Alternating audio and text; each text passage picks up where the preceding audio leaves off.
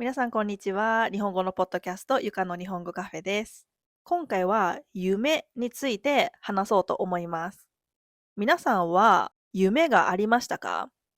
子供の時に将来なりたかった夢でもいいし、学生の時、高校生とか大学生の時に、将来この仕事に就きたいなとか思っていた夢、もしくは今皆さんが持っている夢、今日はそういう夢について話そうと思います。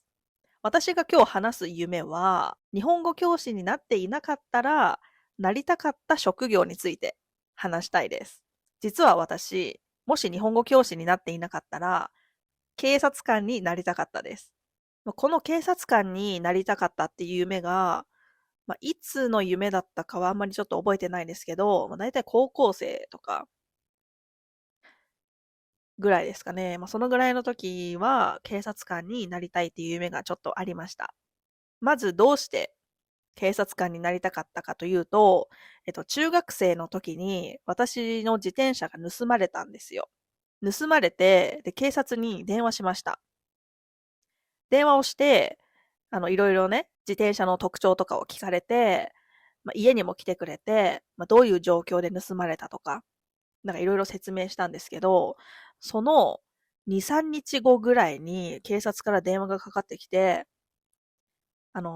ゆかさんの自転車が見つかりましたって言われたんですよ。その時にすごく嬉しくて、警察が探してくれた。一生懸命私の自転車のために捜索してくれたんだって思ってすごく嬉しかったんですよ。そこから警察の仕事っていいなって思ったのがきっかけです。あとは私自身、私の性格はすごく正義感が強いんですよ。正義感が強いから、ルールを守らない人とか、マナーを守らない人、常識がない人とかがものすごく嫌いなんですよね。だから、この交通ルールを守らない人を捕まえたい。自分の手で捕まえたいっていう夢がありました。警察の中にもいろいろな課があるんですよね。調べてみると、刑務課、交通課、地域課、刑事課、生活安全課、警備課っていう6つの課があります。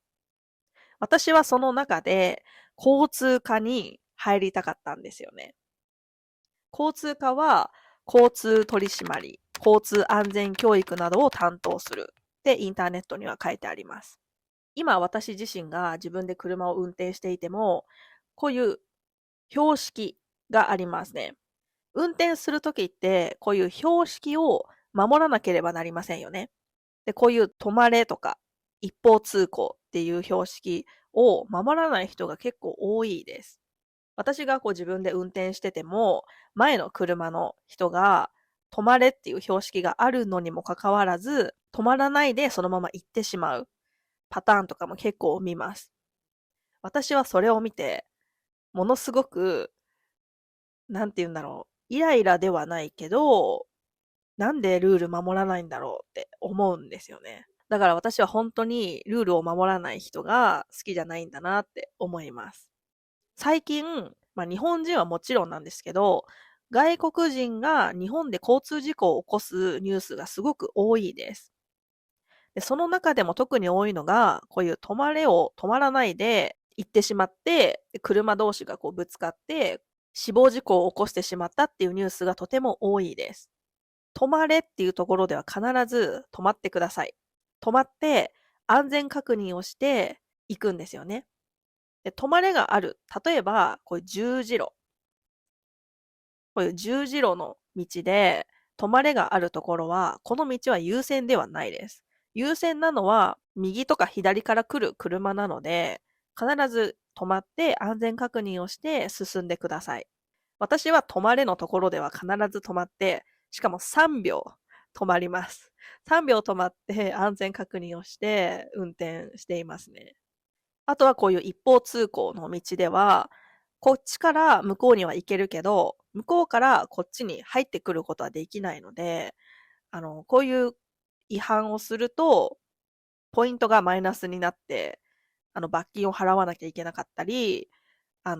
警察署に行って講習を受けなければならなくなります。ポイントがすごく溜まっちゃうと、免許取り消しされる場合とかもあるので気をつけてください。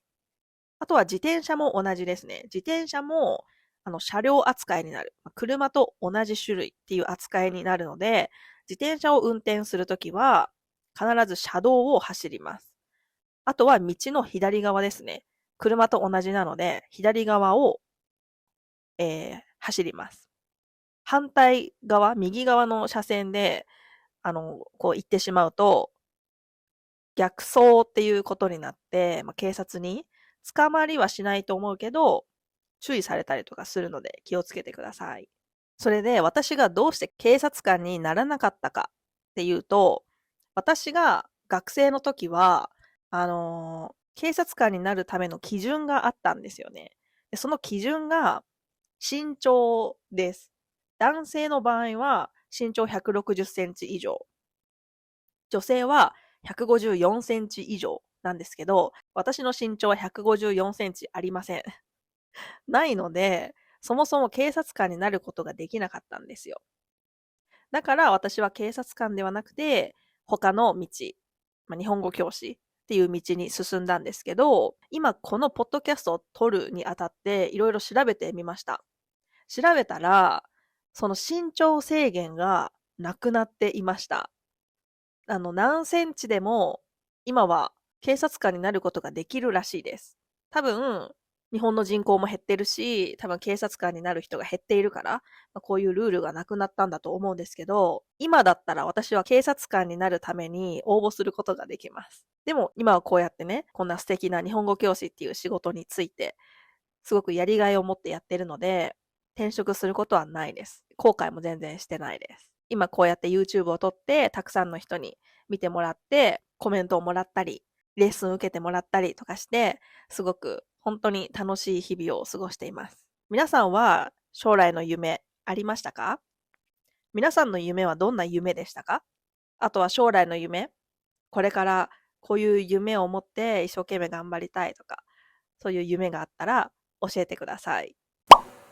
今日は夢について話しました。この動画がいいなと思ったらいいねボタンとチャンネル登録、あとはコメントもよろしくお願いします。1対1のプライベートレッスンやグループレッスンを受けたいという方は、ぜひこの YouTube の下の概要欄からオンラインレッスンっていうところを開いてください。もしくは Instagram で DM ください。